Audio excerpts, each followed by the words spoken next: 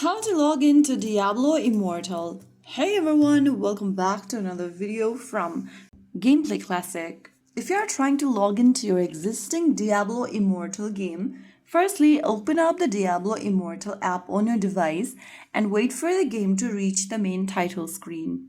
From here, go ahead and tap to play button. On the next page, go ahead and tap the login button under I have an account. Now it will take you to account.battle.net website where you need to enter your login credentials. Go ahead and enter your email and then your password. After you do that, you will be able to sign into your account. If you don't remember your password, you can tap on the forgot password link and follow through the password reset process.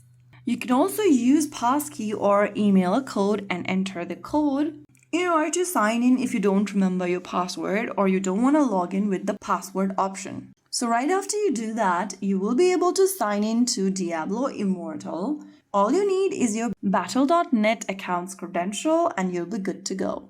If you found the video helpful, don't forget to like, share and subscribe to our channel. I will see you again in the next video. Thank you for watching.